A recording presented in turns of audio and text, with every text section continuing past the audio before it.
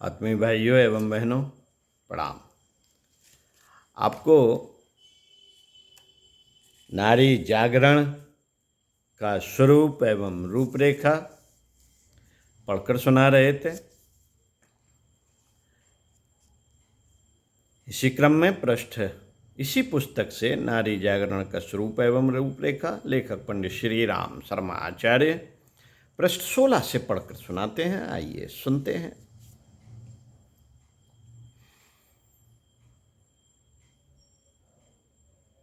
समूचे परिवार की स्वास्थ्य संरक्षिका नारी है।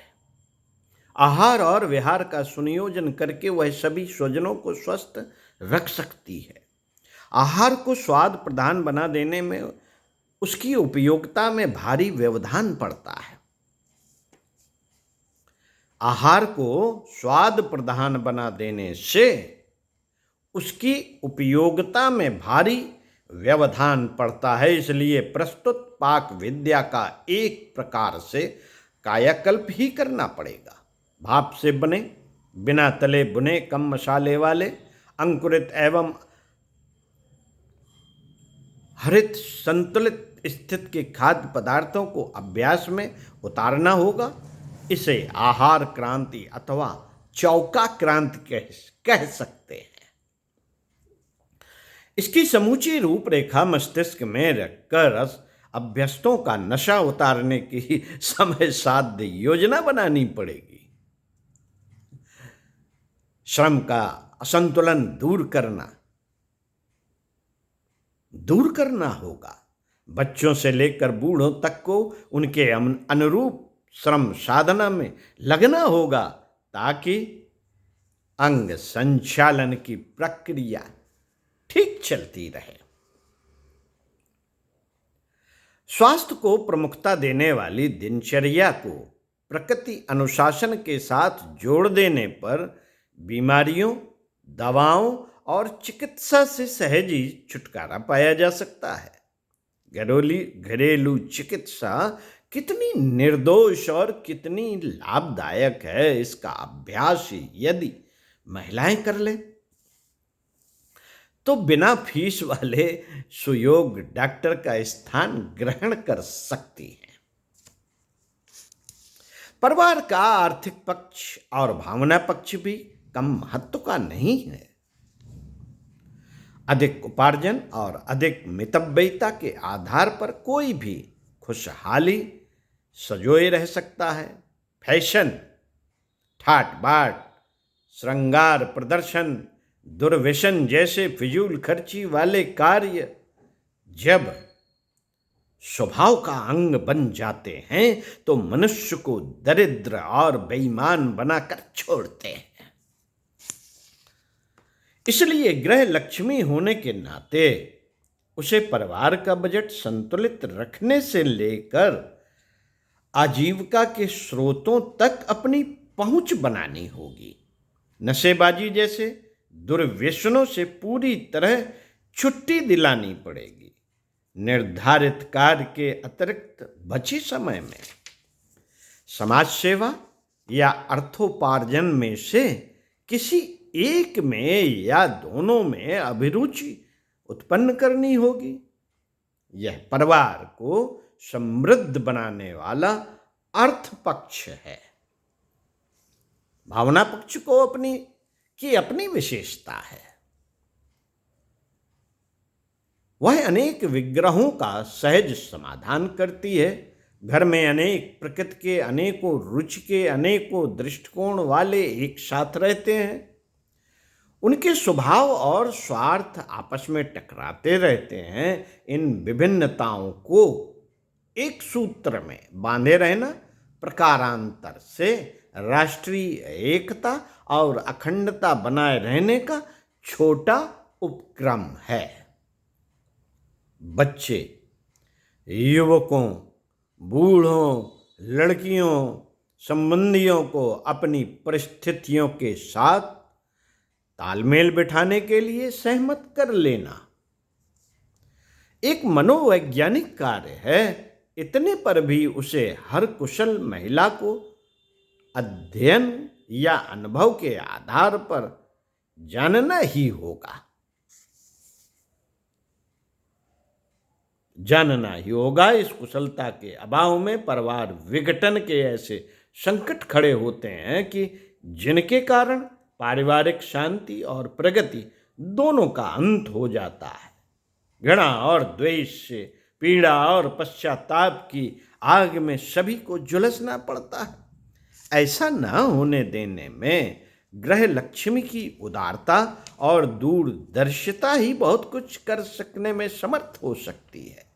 विवेकशील महिलाएं अपनी उदार बुद्धिमत्ता के आधार पर परिवार सेवा की इस उच्चतम आवश्यकता की पूर्ति किसी प्रकार कर लेती हैं।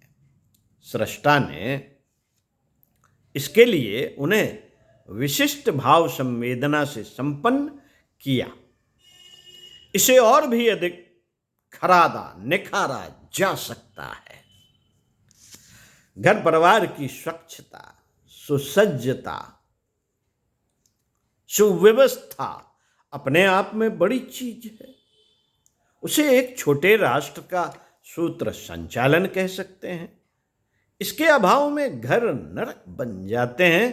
वस्तुएं कचरा बनकर अपनी दुर्दशा पर रोना रोती रहती हैं। टूट फूट यदि समय रहते न संभाली जाए तो वह अच्छी भली वस्तु को कुछ ही दिनों में कूड़े में बदल देती है। घर के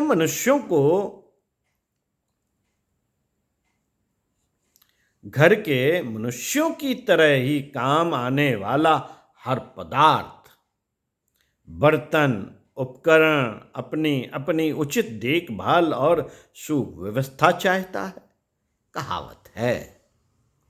कहावत है कि जो रूठे को मनाना और टूटे को बनाना जानता है वह लोक व्यवहार के क्षेत्र में बहुत कुछ जानता है। यह कौशल भी प्रत्येक महिला प्रतिभा के स्वभाव अभ्यास में आना चाहिए। मरम्मत और सफाई का हर पक्ष भी इसी प्रकार माना जाना चाहिए जैसे भोजन बनाने, बच्चे पालने जैसे कार्यों को अनिवार्य रूप से जानना और करना पड़ता है। साथियों, परिवार की संरचना और सुव्यवस्था अपने आप में एक समूचा विज्ञान है। उसे कब, कहाँ, किस रूप में प्रयुक्त किया जाए, यह हर गृहिणी की दिनचर्या का एक पक्ष है जिसमें उसे अवगत तथा व्यस्त होना ही चाहिए। अपने घर में इन सत्प्रवृत्तियों के बीजारोपण का अर्थ है भविष्य में शाखा प्रशाखाओं की तरह नए परिवारों की जो नई पीढ़ियां बनने वाली हैं उनके लिए उपयोगी परंपरा छोड़ा जाना। पड़ोसी संबंधी किसी न किसी रूप में संपर्क में आते ही रहते हैं। यदि किसी सुगृहिणी ने अपने परिवार को सुनियोजित कर लिया है तो समझना चाहिए कि समूचे संपर्क क्षेत्र में इस विज्ञान को सही दिशाधारा का विस्तार करने की योजना क्रियान्वित करने की अति महत्वपूर्ण सेवा साधना आरंभ कर दी। संगीत, कहानी सुनना, चित्रकला, खिलौने बनाना, स्वनिर्मित सज्जा उपकरण, टूटी वस्तुओं की मरम्मत जैसे अनेकों काम ऐसे हैं जिससे अपनी सुरुचि का प्रकटीकरण हो सकता है। साथ ही उस कौशल के संपर्क में आने वाले दूसरों को भी अभ्यास कराया जा सकता है। कहा तो यह जाता है कि माता अपने बच्चे की न केवल शरीर की वरन उनके स्वभाव और भविष्य की भी निर्माता है। यदि इसी बात को और भी स्पष्ट किया जाए तो यूं भी कहा जा सकता है कि वह परिवार की अधिष्ठात्री, घर की निर्मात्री है।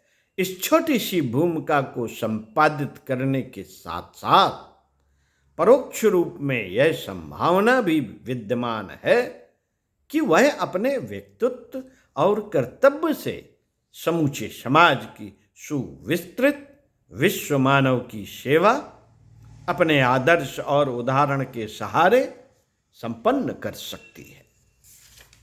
ओम शांति। इसी क्रम में आगे इसी पुस्तक से आपको पढ़कर सुनाएंगे महिला संगठन।